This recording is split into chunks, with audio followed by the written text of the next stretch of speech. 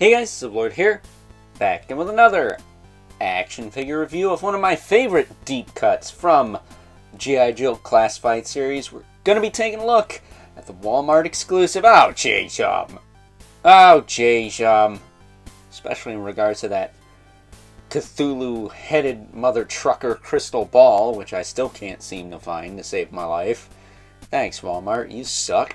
But today we're going to be taking a look at good old Shadow Tracker, originally from the Pursuit of Cobra line, which, if I'm not mistaken, that's the movie with The Rock, right? Right? He plays Roadblock? I think so.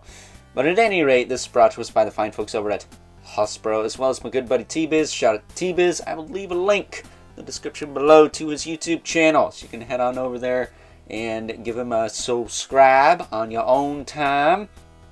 That said, if you're subbed to me, you're probably already subbed to him. So, if that's the case, cool. You don't have to do anything. But either way, worked out a trade to get this guy. Thankfully, before Tee Bizz had too many certain beverages in his system, so he could actually remember to send me this guy. But at any rate, spoiler alert for anyone who's bought anything off his Mercari. If you're missing an accessory, there's a 99.98% chance he has it, because this guy is missing his knife, but Tee Bizz found it like last month. So there is that. It's like a quirky, but either way, it's a little teeny insignificant thing that I didn't really need for this review, because we have all his other accessories, which are way more important, if you ask me. So taking a look at those, we do have a couple of masks for him. Got like a panther skull and like a regular looking mask. This guy's low-key based off the Predator, I hear, which I kind of see that with this mask.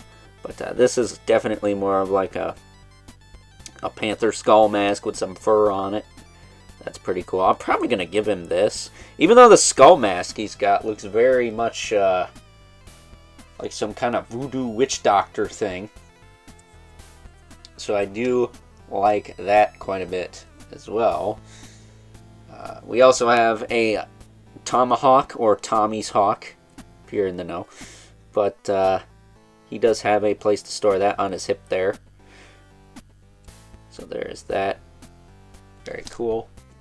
And then we have this quiver with the bow attached to it. I had to straighten mine out. I imagine 99.98% of you did as well. It's the same bow we got with Naugahyde, but I think we got it with this guy first.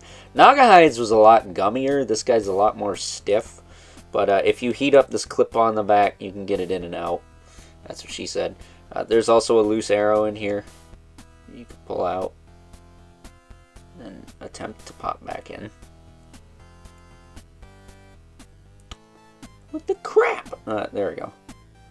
You can put that back in, and then it does have a little silencer for the bow right there on the side. I'm not taking that out because it's so small. And we've seen this already with Naugahyde. If you want a little bit more in-depth look at this setup, watch his video. There is a little slot down here for something, but I don't know what exactly is supposed to go in there because I don't think the knife fits.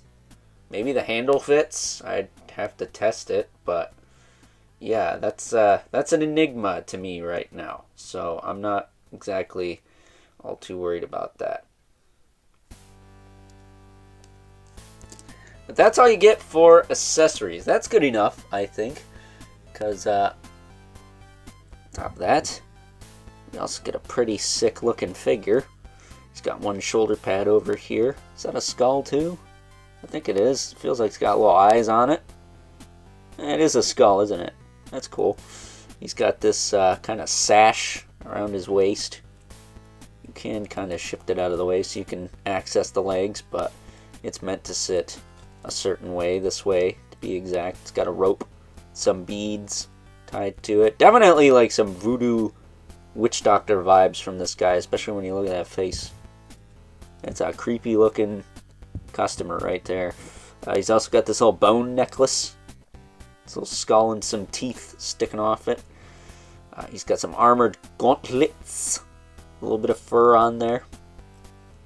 And then he's got Zartan's legs. I think 100% Zartan's legs, right down to the pins, which everybody loves. But as far as articulation goes, his head will look side to side. It can look up and down. He does have a disc hinge in there. It is pretty tough to move with all of his hair, so you just have to be mindful of that. Is his neck backwards? I don't think it is it? I don't think that's backwards. Kind of looks it though. Very interesting. I don't think that's backwards. That's not. But the hinge fell backwards for some reason. Worst case scenario, I'd heat that up and rotate it around. But there is his head again with his braids. He's definitely seen some stuff. He's got a little wear and tear in those braids. There's a little gray in there. So he's been at this for a while. Shoulders can pop out. More than that, it's just getting them to. There we go. And then you can swing back and forth like so. With that beautiful butterfly. You can rotate forward and back. He's got a bicep swivel. Double jointed. Are these pinless elbows? They feel pinless. These must be pinless elbows. They are. That's odd. He's got pinless elbows but not knees. Oh well, it is what it is. Then he's got the swivel hinge wrists with the correct hinge for holding weapons. That is always nice. He does have an ab crunch that is fairly limited because of this overlay, but it does work.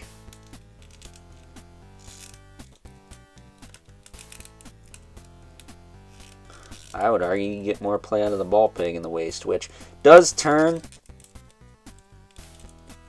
But I did have to heat the crap out of mine to get it to work, so be mindful of that.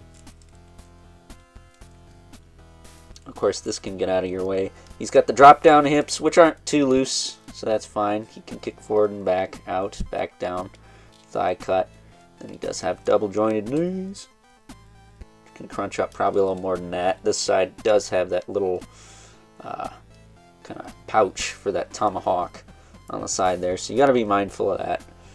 Then he does have a boot swivel with a hinge in the foot and a rocker joint, so not too shabby. Very cool figure. Of course, he has peg holes at the bottom of the feet, and I am very happy to have this guy. I wanted this guy when he came out, but of course my Walmart sucks and didn't have him. Just like they don't have Crystal Ball now. I guess some things never change. But I'm putting his mask on. I'm going to use his Panther mask. I think this fits the voodoo aesthetic more than his other mask. I mean, just look at that. That's pretty terrifying. Turning his head a little bit. Let's see if we can get this whole back assembly plugged in. It can be easier said than done, but once you get it in there, it's freaking solid.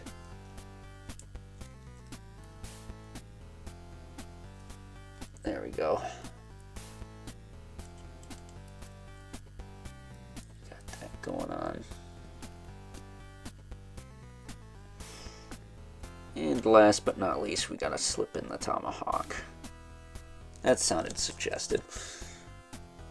But I personally like to put it in this way. But that's just me. You can kind of have it pushed up a bit, but I think it's meant to sit all the way in. And then you can kind of slide this up. At your own leisure. There you go. There he is, ready to kick some Outback arse. Assuming that's his, like, arch rival. But, yeah. Pretty sick figure. Not sure if it's figure of the year for last year or anything. But, maybe.